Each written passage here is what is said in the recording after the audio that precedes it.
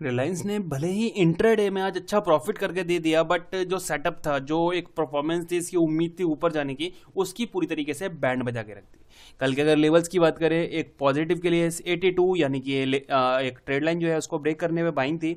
नीचे की तरफ 62 के नीचे, यानी कि ये पॉइंट अगर ब्रेक करता है तो एक शॉर्टिंग के लिए ट्रेड मिलने वाला है।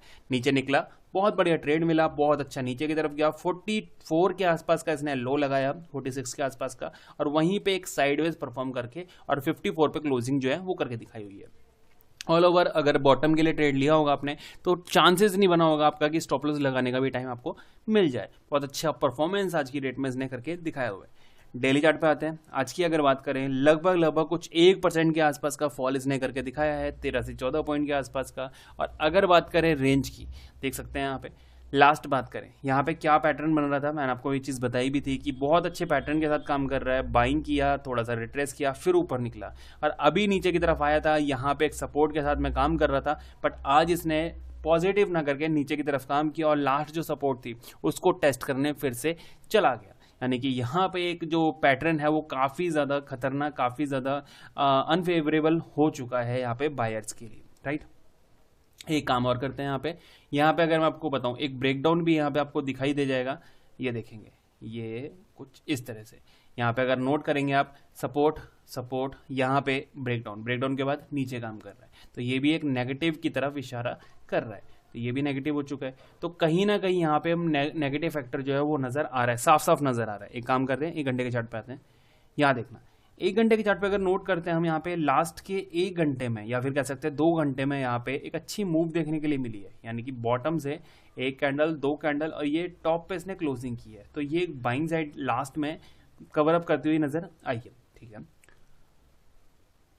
यहाँ पे एक काम करेंगे, सुनो देखो, यहाँ पे पैटर्न क्या था, पहले ये एक पोल था, यहाँ पे एक फ्लैग बना रहा था, यहाँ पे इस तरह का फ्लैग था, ब्रेकआउट की उम्मीद थी, नहीं करा, नीचे की तरफ आ गया, पोल एंड फ्लैग पैटर्न बर्बाद हो चुका है, पूरी तरीके से बर्बाद हो चुका है। पैटर्न की बात करें, यहाँ पे अगर आपको याद भी होगा, एक काम करते हैं, एक बार 1 डे के चार्ट पे फिर से चलते हैं। यहाँ देखेंगे पैटर्न की अगर बात करें, यहाँ पे आपको मैंने पैटर्न बताया भी था, पहले भी बताया हुआ था।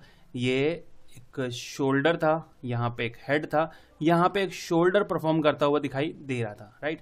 अभी भी वो शोल्डर परफॉर्म करता हुआ दिखाई दे रहा है, मतलब यहीं से अगर कन्वर्ट करके ऊपर निकलता है तो एक हेड एंड शोल्डर पैटर्न जो है आपको यहाँ पे देखने के लिए मिल सकता है। वो अभी भी कंटिन्यू है, मतलब ऐसा नहीं है कि वो फेल हो चुका है, नहीं, अभी फेल नहीं हुआ है। फेल कब होगा? फेल होगा सर यहाँ पे अगर 1214 को फिर से वो टेस्ट करने नीचे जाता हुआ दिखाई दे जाए, तो यहाँ पे फेलियर कंसिडर कर लिया जाएगा, ठीक है। अब आते हैं फिर से 1 घंटे के चार्ट पे। यहाँ पे बात करते हैं लेवल्स के लिए कि कल के दिन लेवल्स क्या होने वाले हैं, या फिर long term short term levels क्या बन सकते हैं। यहाँ देखो, सबसे पहली चीज, एक शॉर्ट टर्म लॉन्ग टर्म के लिए नेगेटिव कहाँ है? नेगेटिव है सर इस रेंज के नीचे। अगर आने वाले टाइम में 1220 ये ब्रेक होता है तो फिर एक नेगेटिव है लॉन्ग टर्म पर्पज के लिए, ठीक है। लॉन्ग टर्म के लिए बाइंग साइड कहाँ है? लॉन्ग टर्म पर्पज के लिए जब तक इस रेंज के नीचे, या फिर आप कह लीजिए ये वाला एरिया, ये है आपका लगभग कुछ 1275, 1275 के ऊपर है। जब तक 1275 के ऊपर नहीं निकल जाता, जब तक इसको बाइंग के लिए हम नहीं देखने वाले। तो 1275 के ऊपर निकलने पे हम इसको बाइंग करने वाले हैं, ऊपर की तरफ देखने वाले हैं, और 1220 के नीचे हम यहाँ पे इसको शॉर्टिंग देखने वाले हैं लॉन्ग टर्म पर्पज के लिए, ठीक है।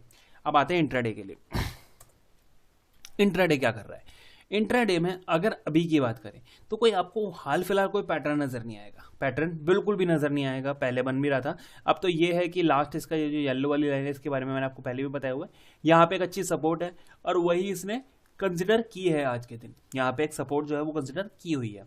तो कल के दिन ये ध्यान रखना कि शॉर्टिंग के लिए अगर नीचे निकलता है, आज का जो बॉटम है इसका 46 का ब्रेक किया, शॉर्ट कर सकते हैं, राइट। बाइंग के लिए थोड़ी सी सिचुएशन अजीब है, क्यों? एक अच्छा फॉल और फिर यहां से उससे करेक्शन की है, टॉप बॉटम 50% लगभग ये रेंज जिसके नीचे काम कर रहा है, ये एक नेगेटिव है, ठीक है।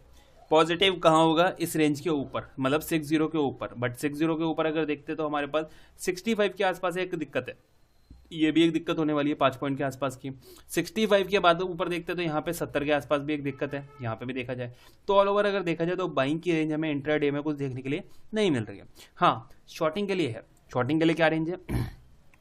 नीचे का बॉटम दिया, करेक्शन किया, यहाँ पे थोड़ा टाइम स्पेंड किया, बाइंग साइड आई। अब कल के दिन फिर से नीचे निकलता है तो चांसेस है कि ये रेंज जैसे ही ब्रेक करेगा तो फिर उसके बाद ये वाला पॉइंट और ये वाला पॉइंट टेस्ट करने जाता हुआ दिखाई दे सकता है।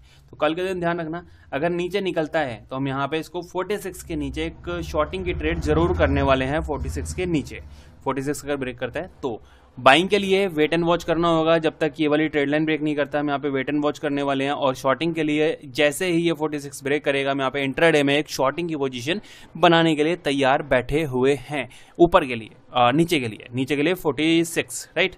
तो पूरी तरीके से डिपेंडेंसी अब ये हो चुकी है यहाँ पे। एक अगर बाइंग साइड के लिए निकलना है इसको तो ये ट्रेड लाइन ब्रेक करनी ही होगी। और शॉर्टिंग तो तैयार बैठे हुए हैं, शॉर्टिंग के लिए तो तैयार बैठे ही हुए।